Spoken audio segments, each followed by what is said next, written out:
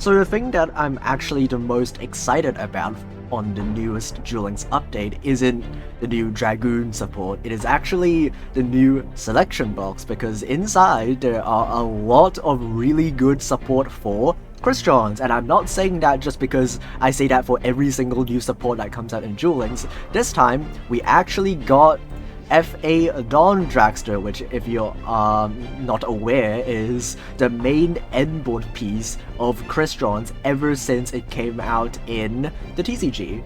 And back then, when CRYSTRONs were still a bad deck, they were still making this card because it is a machine synchro that actually has a good effect on field.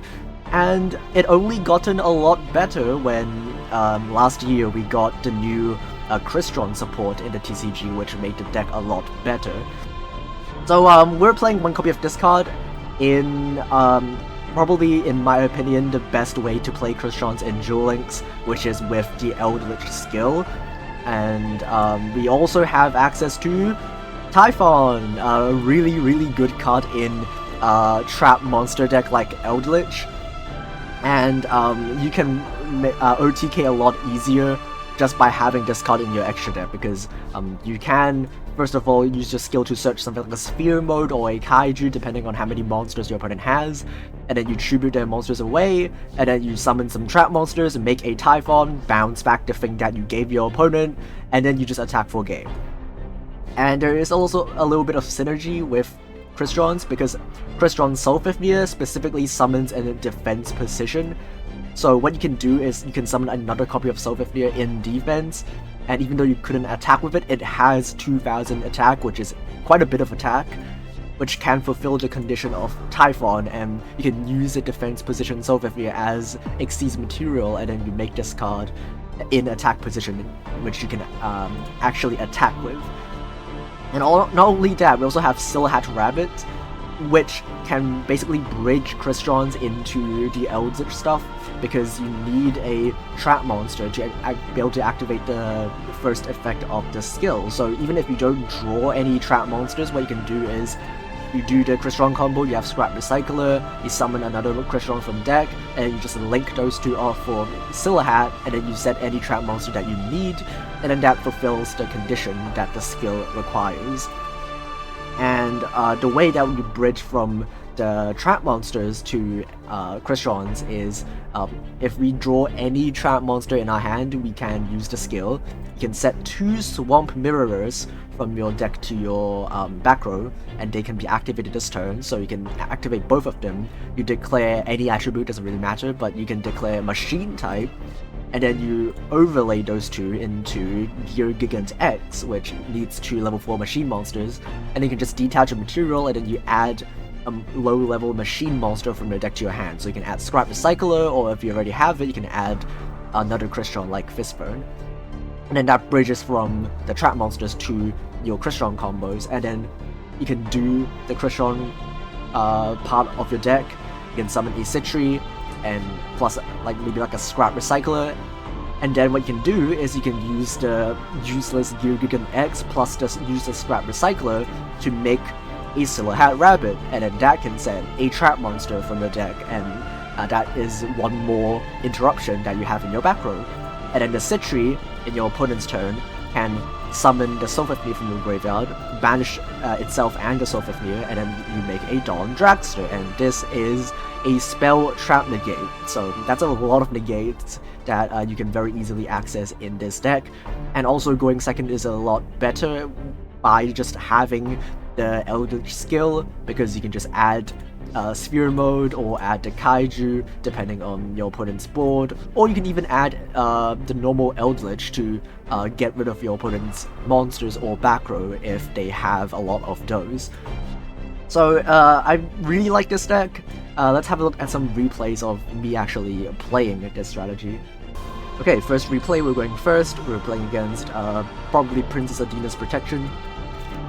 And, well, we drew enough CRYSTRON cards, but we did not draw any trap monsters, so this will show what happens when you only draw CRYSTRON combo. So what we'll do is that we'll summon a Soulfifnir to summon a monster from our deck.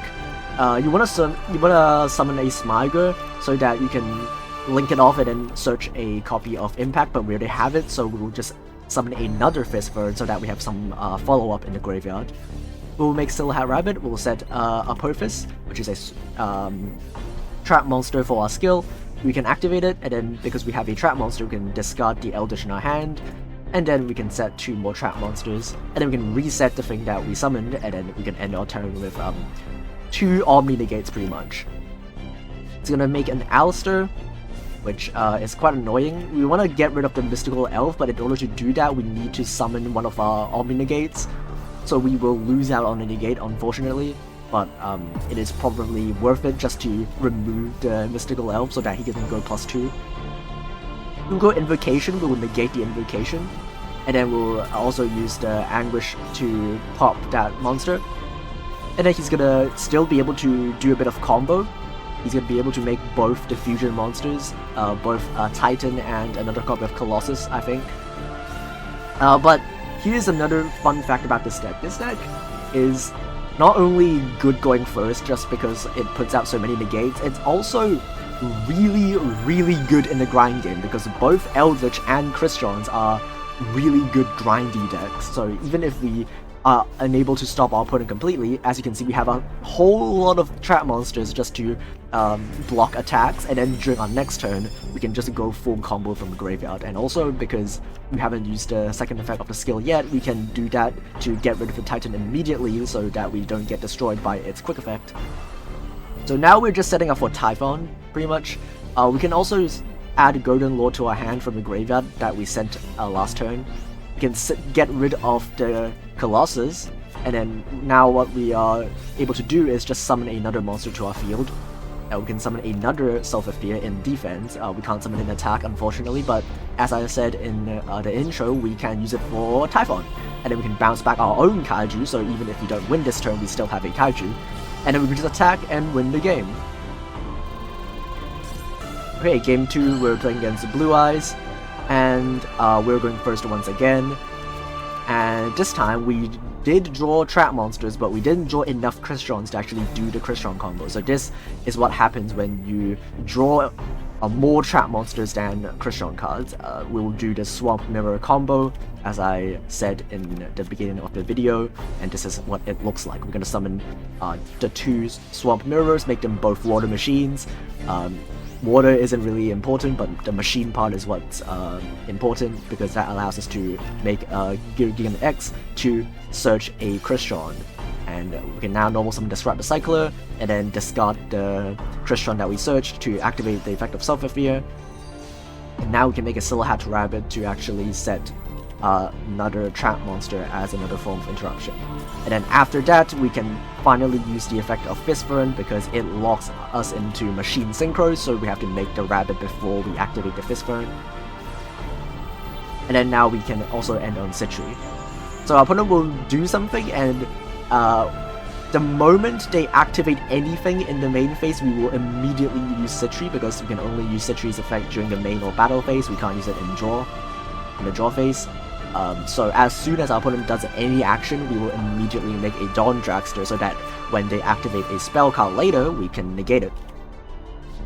He's gonna set a trap card, and that will be something that we want to negate. So he's gonna summon a Blue Eyes. What I can do is summon a Anguish Pattern, and then use Silhouette Rabbit to pop the back row to force out the trap, and then we can chain the negate. But unfortunately, he has a Droplet which trades really well with the stuff that we have. So he can basically negate every single card that we have and leave us with no more interruptions. But again, as I said in the last replay, this deck is really good in the grind game. As you can see, we still have a ton of monsters that our opponent actually needs to get rid of before he can actually attack us directly.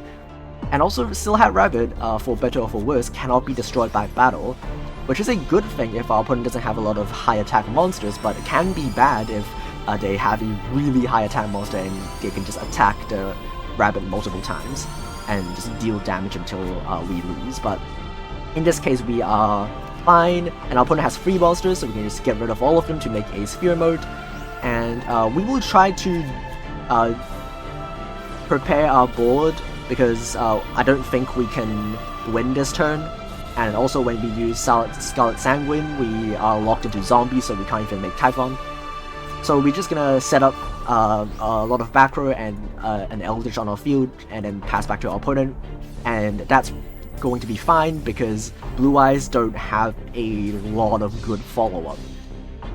So they're gonna try to make a Dengirsu to force out some of our back row, we'll chain impact, bring back the Sophiphmere, and then he's forced to basically send the Sophiphmere because otherwise if he attacks the Sophiphmere we get to summon from deck and he doesn't want that to happen. End phase we get back to Sphere mode, we can set a trap monster, and then during the end phase we'll summon everything in our back row, and then Ambush Pattern will destroy Dengirsu, but it can protect itself of course, but that doesn't really matter too much. We can make Nightmare Unicorn to spin back the Dengirsu and he will be scooping. Okay, for our third replay, we are playing against whatever this deck is, just playing Taya, but actually he's just on Branded, just like everyone else. We drew both a Trap Monster and CRYSTRON combo, so that's pretty good, we can do both. We'll bounce back the Apophis and then set a bunch of trap cards, and then we can just do them independently. Do the CRYSTRON combo, and then we can do, we can also set trap cards. So he's gonna draw and Lockbird us, which is completely fine. I don't plan to play under draw. We will not summon the Scrap Recycler because we don't actually want to clog our own monster zones, otherwise we can't summon the trap monsters. So we'll just summon a Citri and pass, and then the Citri can summon the Dawn Dragster and the EMZ, so that all three of our monster zones are free for our free trap monsters. So he's gonna have 3 spells that we want to negate: the Branded Fusion, the Field Spell, and Branded in Red.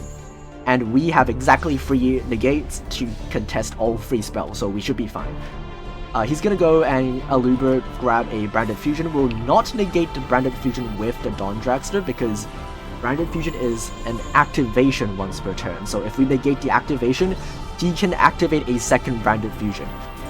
So instead, we're going to activate the Apophis to negate the Branded Fusion, so that even if he has a second one, he can't activate the second one. And we'll go Dawn Dragster to negate the Field Spell, he chains Branded in Red, we can go Apophis negate the Branded in Red, and then that should be it. That should be all he has. He can't Fusion Summon anymore with all of his spells negated, and he's just going to scoop. So yeah, that's pretty much it. Hope you enjoyed. Thanks for watching. Goodbye.